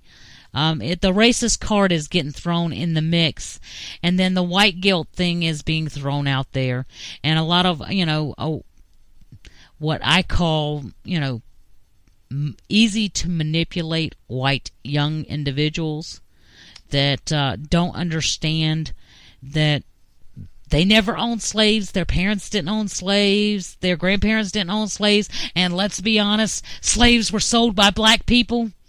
that in the United States of America, it was a black man that went to the Supreme Court to keep his slaves. It was not a white man. That's true. But you won't find that in the history books, especially under Common Core, I'm pretty sure. No, but I mean, let's call it out for what it exactly is. And I am sure that there are many out there, because I state fact, that will call me a racist. If that's what you consider me to be, I've been called far worse. I promise it won't hurt my feelings and it won't stop my mouth. Amen. Amen. And there's lots of people out there like you, V, myself included, and all the people listening in, and many more in addition to that as well. Well, I'm not going to shut up, and I don't care how, somebody wants to get it all twisted and get it bent out of shape and be misinformed and believe the garbage that is spewed by the likes of Jesse Jackson when he marched with Martin Luther King, when he knew the man personally, and then he is going to sit up there and lie and say that man was a Democrat. Al Sharpton, probably not, because he was a pimp in New York City at the time, in Harlem. Nobody knew who he was. He was too busy with his purple feather in his hat and his stacks on his feet. So, some things just never change, and Al Sharpton's just one of them. That's right. He goes from being poverty pimp to poverty pimp. Hello. Well, he can't have, he doesn't work a real job. I don't know that he ever has in his whole life. That's what he does, and he makes a real good living at what he does. I'll tell you, he knows. He makes a real good living. Our government pays him to go down there and try to calm the people in these areas that he incites. So, of course, it's in his best interest. It's in his financial interest to keep them as riled up as possible. Right. Oh, yeah, he works very closely with Eric Holder in the Department of Injustice, whatever you want to call it. The lack of justice. If we had any justice, we would have Tamarisi home. Amen. We need him home, folks. We need him home. He needs some treatment for that PTSD, and he needs to get out of that Mexican hellhole prison and out of that whole hellhole of a country and back to the United States. Guys, I'm gonna take a break from this real quick and just remind you guys, as of tomorrow morning, we have 2 weeks. 2 weeks. Any opportunity we have to slow the tide of slipping and sliding into communism comes up in 2 weeks. Does that mean it's going to resolve all of our problems? Absolutely not. It is not going to resolve any of our problems. And when we come back from our break, we're going to discuss some of the things that it may or may not resolve and why. But the fact of the matter is, we have to get out there. There is absolutely no excuse whatsoever if you're an independent, if you're a libertarian, if you're a constitutionalist, just call yourself a conservative, call yourself a Republican. You can call yourself a Democrat last election. Pull that lever for a Republican. Pull that lever. Go R all the way down. We have to have a fighting chance. We've at least got to slow the roll. And we cannot do it if everyone does not get out and vote. We cannot have another scenario where 4 million people say, well, because my guy isn't there, I'm not going to vote. And because I don't like that guy, I'm not going to vote. He's not my guy. And I can't think of one good Democrat right off the top of my head. I can think of a couple Republicans that are strong, and that if we can get them the Senate and hold the House and get them some majorities there, we can hopefully slow this guy down. Just like Rob Buzzinga that we talked about last week from Canada. That's what he wanted to see us do, to just kind of be able to slow Obama down. At a minimum, be able to do that. And the only way we can do that is with the Republicans and keep our foot pressed firmly on their throats or up their rear ends. But I don't see one Democrat that I would suggest anyone vote for at this point. Get them all out. Any vote for anybody that does not have the biggest potential to take the race is a wasted vote. Folks, we are not in a position to be wasting votes. If we waste any more votes, we will be USSR 1970. And I'm so glad that 4 million people could sit there and be holier than thou and say, I'm not going to vote for Romney in the last presidential election. Well, you see what that got us, didn't you, folks? You can sit there and, say, it makes me sick. 4 million, minimum of 4 million people sat it out just because of the Romney thing. Well, you see what we got, didn't you? Well, I wasn't a big fan of Romney, but I'm going to tell you Me what. either. I pulled that lever, and I would do it again. And next Tuesday, I am not a big fan of the guy that I've got. As a matter of fact, I have almost pure contempt for him. But guess who's getting my vote? It is the lesser of two evils, because at least it gives us a shot to slow it down and fight it. Guys, we're going to take a break. We'll be back in just a moment. This is a station identification moment. You're listening to CPR Worldwide Media, a division of CPR Media Network, coming to you live right across the planet. Check out our website at www.cprworldwidemedia.com and our Facebook page at facebook.com/CPR Worldwide Media. This is CPR Media Network, coming to you live from the USA. Well, looky here, a new listener. Hey, this ain't your little sister's radio station.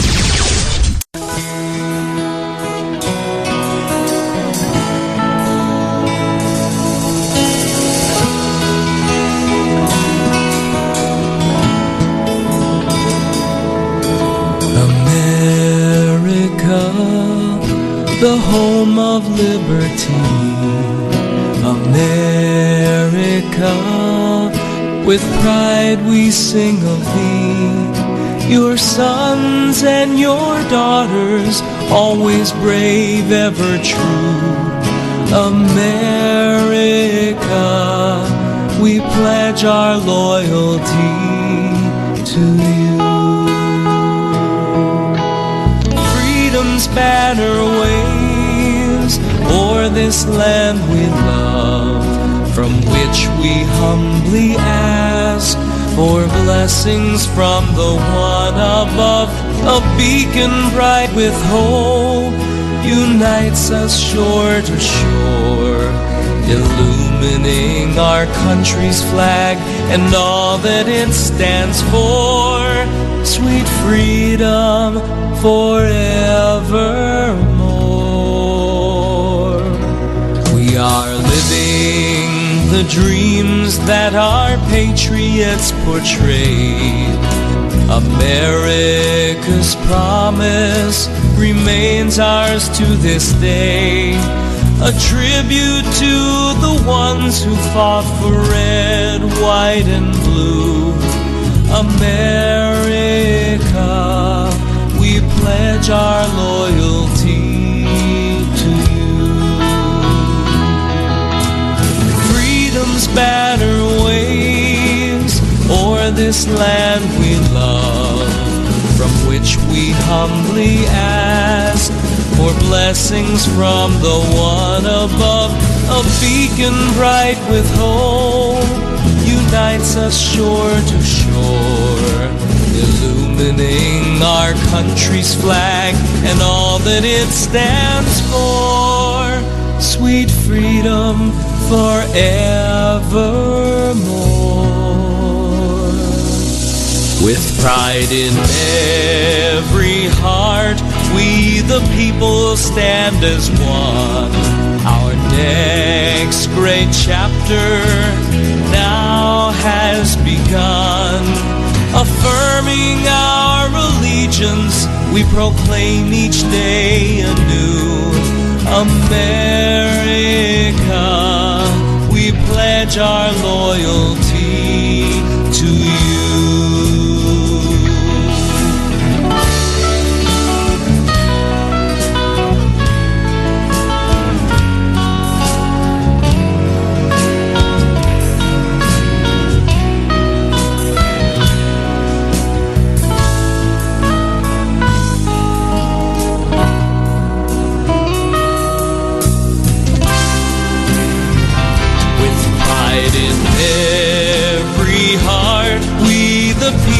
Stand as one. Our next great chapter now has begun. Affirming our allegiance, we proclaim each day anew. America, we pledge our loyalty to you. America, we pledge our loyalty to you.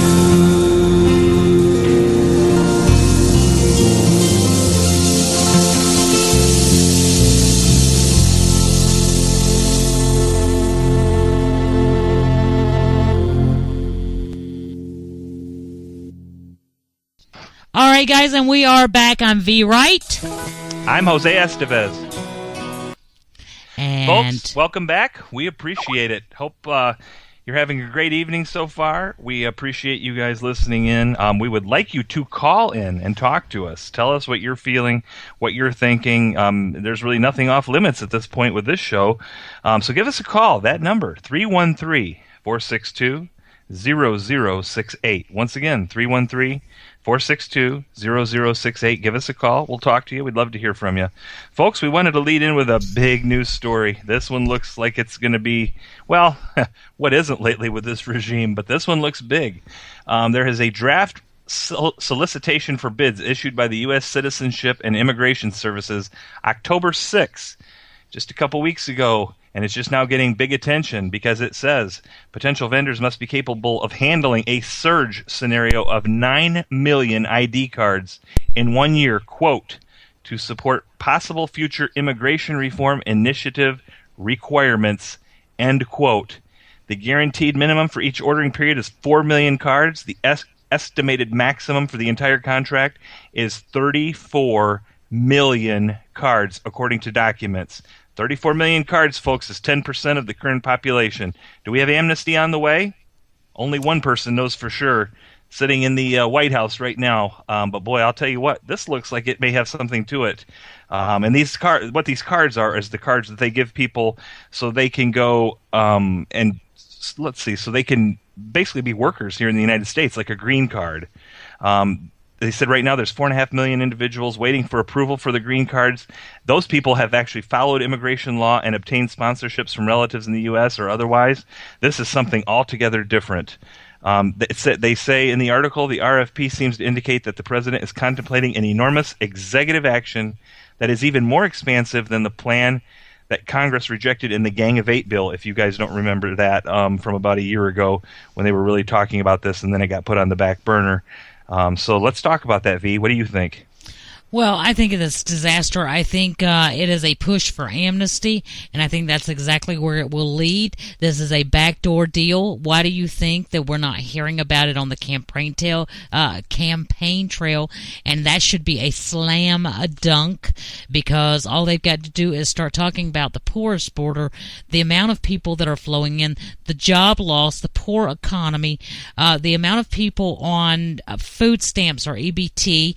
Let's talk about the disease that's coming in, and it is an automatic no-brainer to get people out to vote, which really concerns me. It really concerns me. However, I do have hope that if we get them in and we hold their feet to the fire, we may be able to stave some of this off and load up some planes and send some folks back.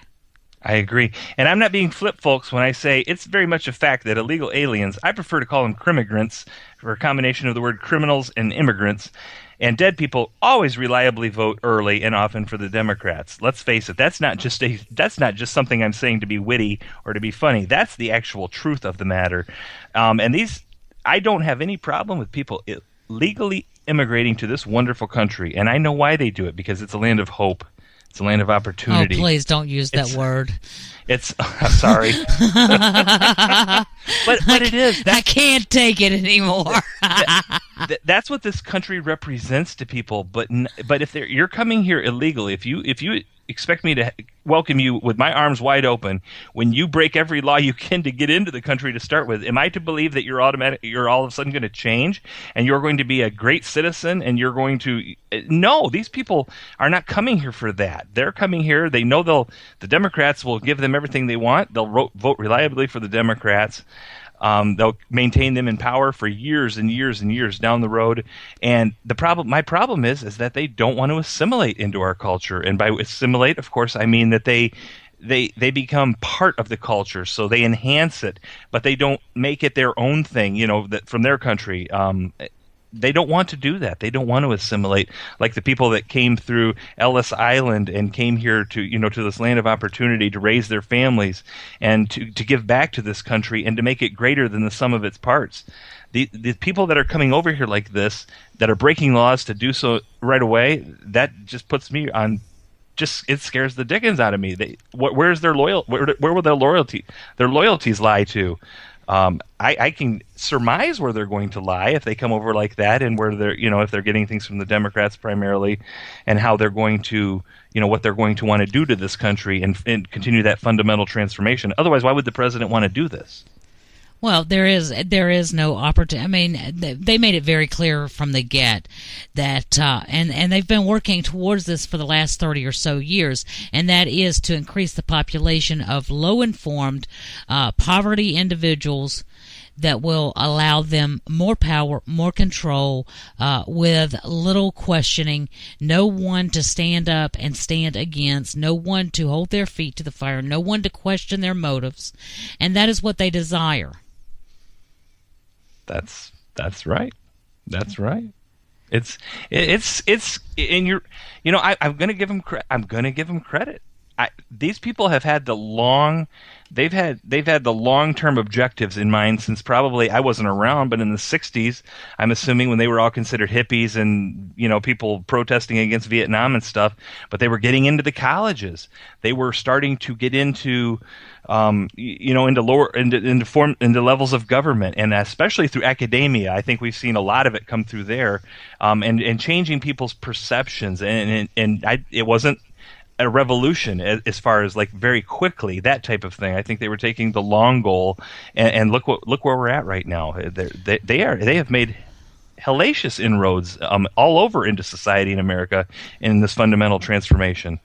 Well, one of our respondents on Thread, his name is Willie. He says, "I know for a fact my daddy was one of them Black Panthers, and I've seen them papers where the communists was telling them what to do and giving them money."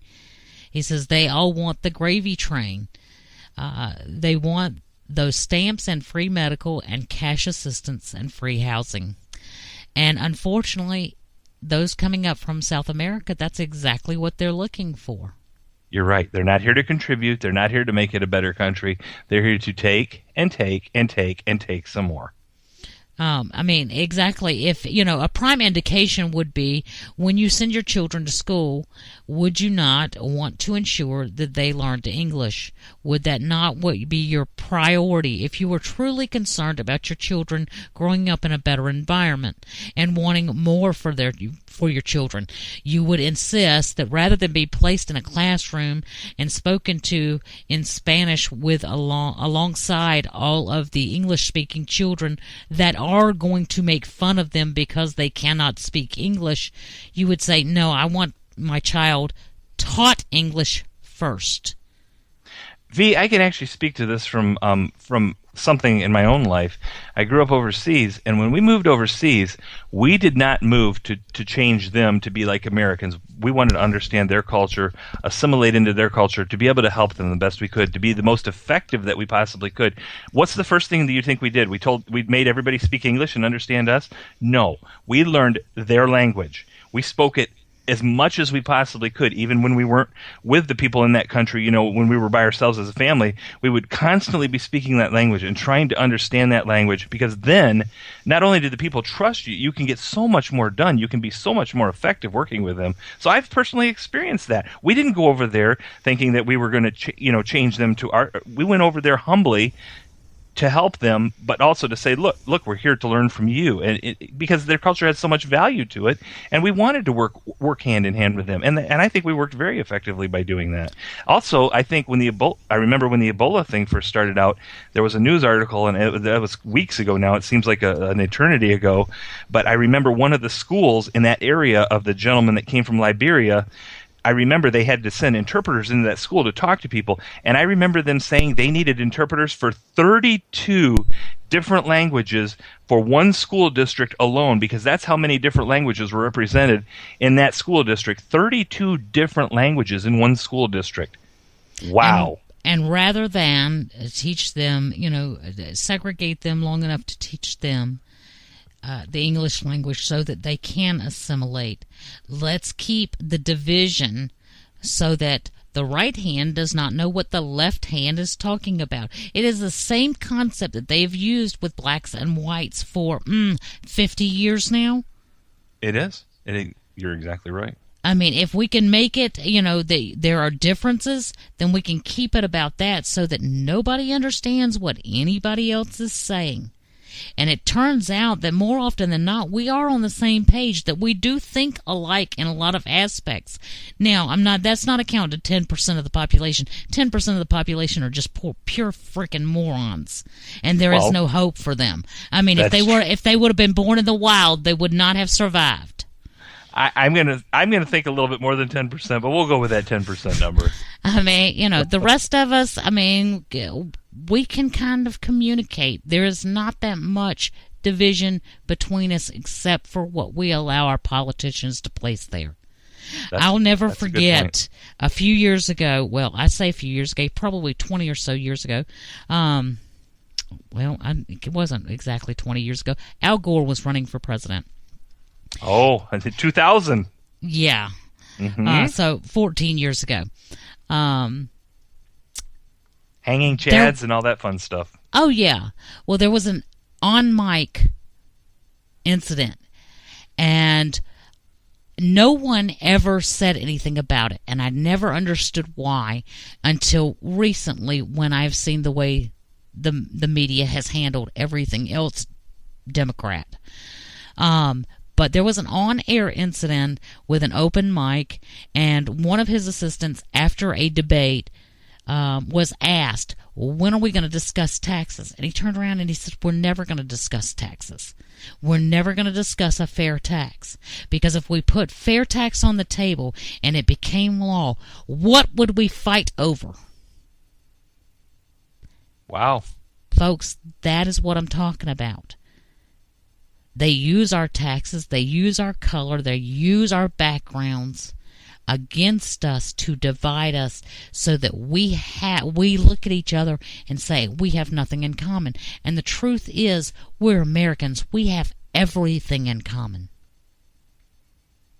That is the best point made all night right there. That is what it's all about. We have to stop being hyphenated this, hyphenated that. I'm a Republican, I'm a Democrat, I'm a conservative, I'm a liberal. We have to be able to come together on the things that we can come together on. And I think, V, you're right. There are many things we come together on. Now, there are some things that I will never compromise on. I'm pro-life. Many of these things I will never compromise on. Pro-guns, Christianity, the Bible, all these things that, we're made fun of, and they make funny, call us teabaggers, whatever they want to call us. But if we could get along on everything else, don't you think it would be easier to avoid those conversations? I agree. That's a good point. They would lose their control and they would lose their power very quickly. Absolutely. Very, very quickly.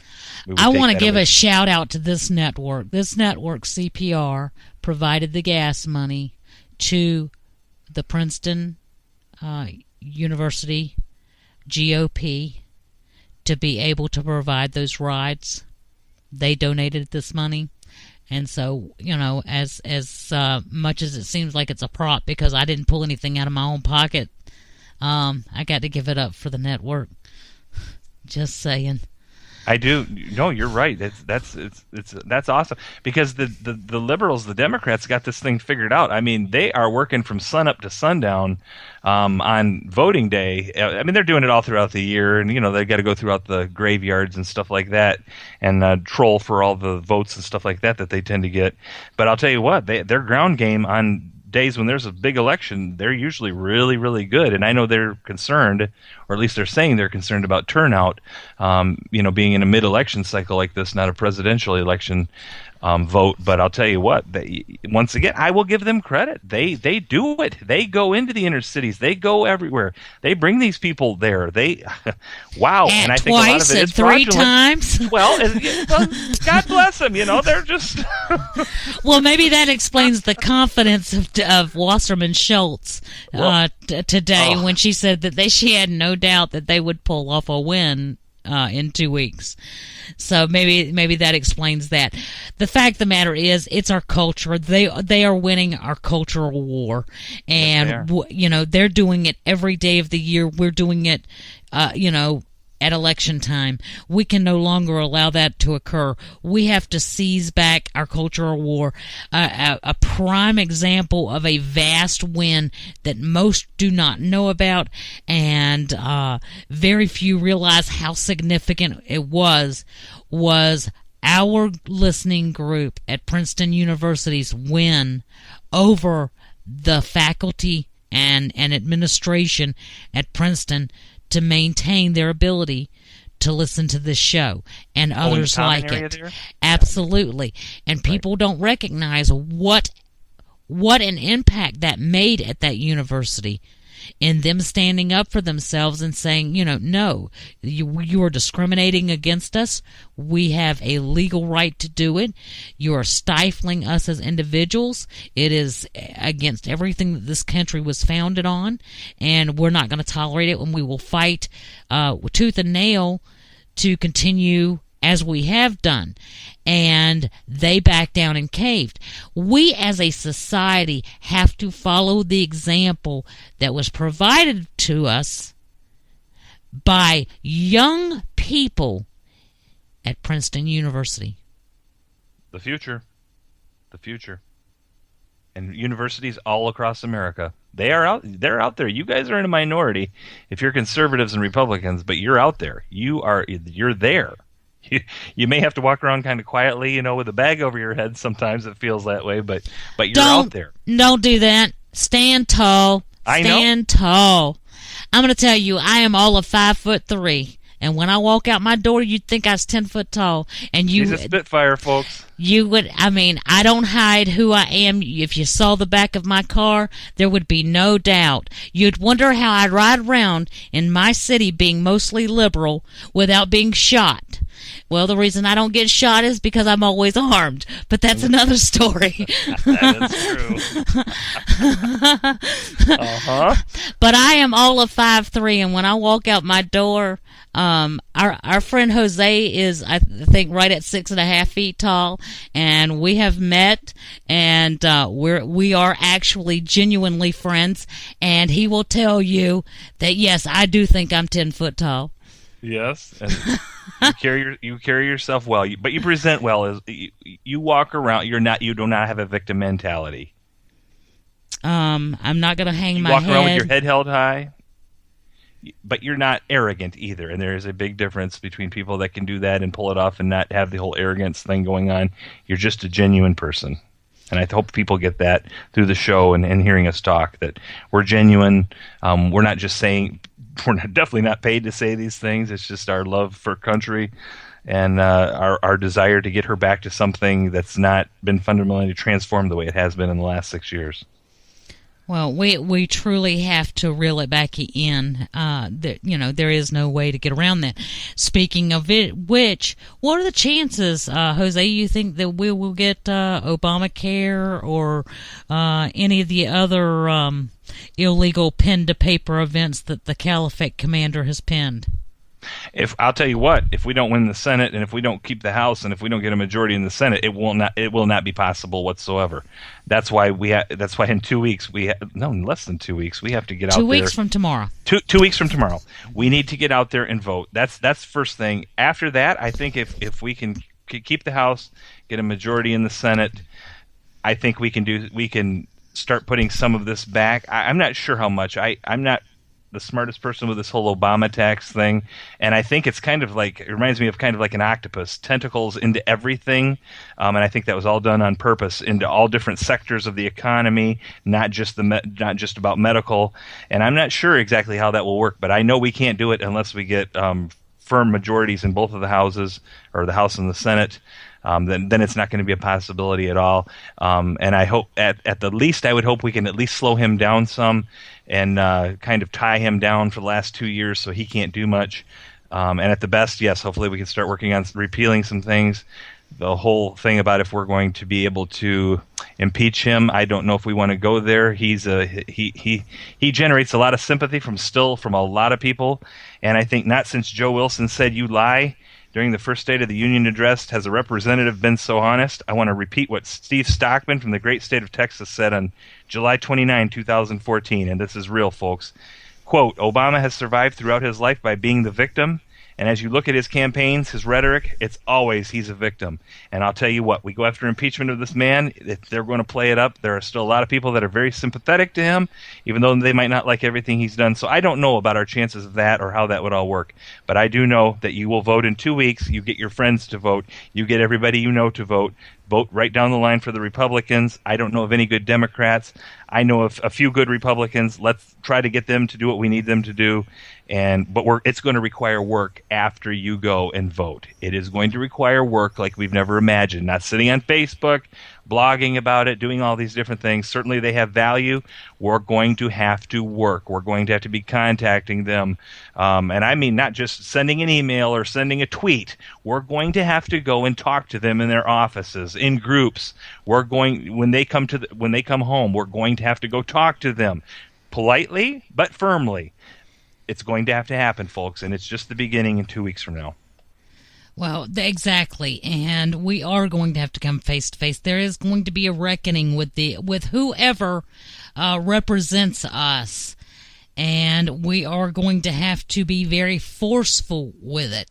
Yes. And make them very well aware that your days are numbered. You know, we have the availability to change laws in this country by petitioning our local governors to put things on the ballot. I don't know how many people are aware that we have that process. But trust me, tomorrow night, this is something we're going to talk about. Guys, I'm V. Wright. And I'm Jose Estevez. And we are here every Monday through Thursday from 7 p.m. to 9 p.m. Eastern. We thank you very much for tuning us in. We apologize for the slight delay, but we do appreciate those that have stuck with us throughout the night. We will see you guys tomorrow night, and there is so much to talk about. You guys have a nice night. We'll see you tomorrow. God bless America.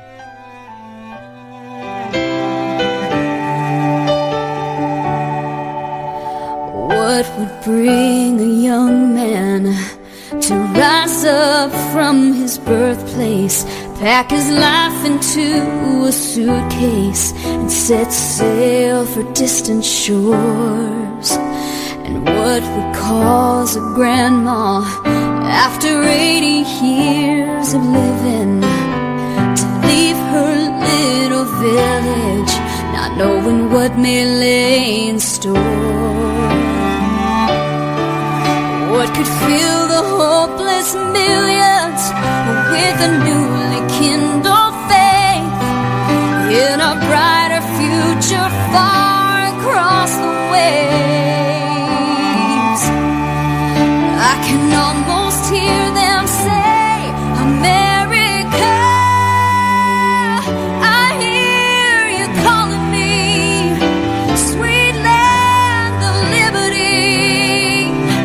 I'm on my way, America, beckoning with open arms. I long to feel the warmth of freedom's flame. God has given hope a name, America. They spent the voyage crowded at the bottom of a steamer, fighting famine, fear, and fever for 6 long weeks or more. The children cried from hunger, oh, when mothers wept for babies, praying they would make it to see the other shore. But the weariness and worry must have melted from their eyes Behold that lady rising in the sky. Oh, can't you hear them cry, America? I hear you calling me, sweet land of liberty. I'm on my way, America, beckoning with open arms. I long to feel the warmth of freedom's flame. God has given hope a name, America. So I will not take for granted this life I'm blessed to lead. All the ones who sacrifice so much to hand it down to me. 'Cause not so long ago, this land I call home was just a dream of huddled masses yearning to breathe free.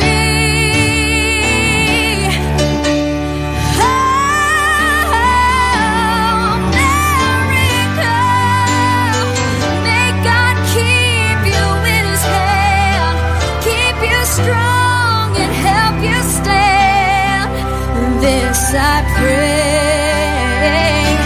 America, hold high your splendid torch. Let the whole world feel the warmth of freedom's flame.